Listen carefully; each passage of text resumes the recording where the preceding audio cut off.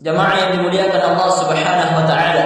Kemudian yang kedua, salah satu kemuliaan, keberkahan, kebaikan yang ada pada bulan Ramadan, di mana pada bulan Ramadan ada yang namanya malam Lailatul Qadar.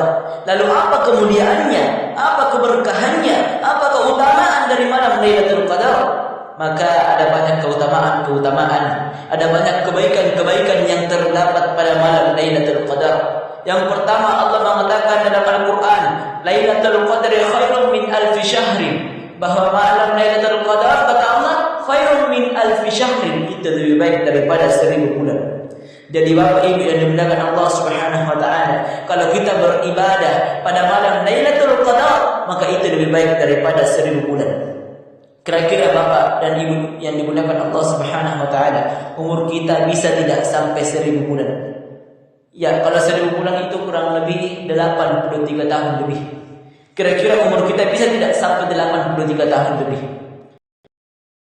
Kalaupun umur kita sudah sampai 83 tahun lebih, yang menjadi pertanyaan, sanggupkah kita membaca Al-Quran? Sanggupkah kita berzikir? Sanggupkah kita salat malam selama 1000 bulan? Belum tentu kita sanggup melaksanakan itu semua.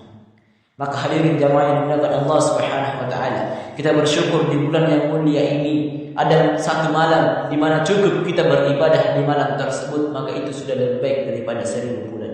Hadirin jamaah yang dimuliakan Allah Subhanahu wa taala.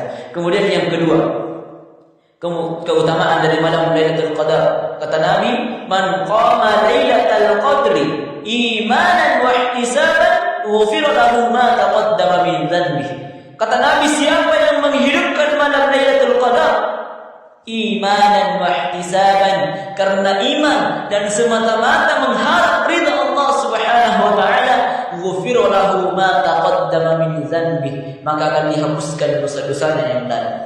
Kira-kira Bapak dan Ibu yang dimuliakan Allah, kira-kira Bapak-bapak punya dosa tidak? Pasti punya.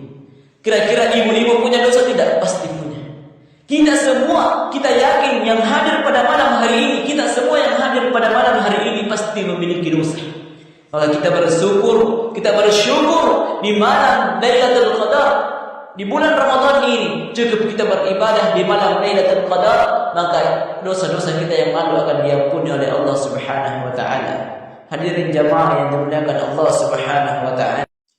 Sekarang yang menjadi pertanyaan adalah, kapankah malam Lailatul Qadar itu? Kalau kita berbicara tentang kapan terjadinya malam Lailatul Qadar, di dalam sebuah hadis Nabi sallallahu alaihi wasallam mengatakan, "Taharraw Lailatul Qadri fil witri min al-'ashr al-akhir min Ramadan." Nabi mengatakan, carilah malam Lailatul Qadar di malam-malam ganjil, di 10 malam terakhir Ramadan. Akan tetapi jamaah yang dimuliakan Allah, hanya biasa kejadian di tengah-tengah masyarakat, punah tamak 10 malam terakhir Ramadan itu jamaah semakin menipis. Tena munajat tarawih, tidak banyak orang yang datang ke masjid lagi. Padahal sebenarnya 10 malam terakhir Ramadan itu adalah puncaknya kita untuk beribadah kepada Allah Subhanahu wa taala. Itu di puncaknya kita beribadah di bulan Ramadan, di 10 malam terakhir Ramadan.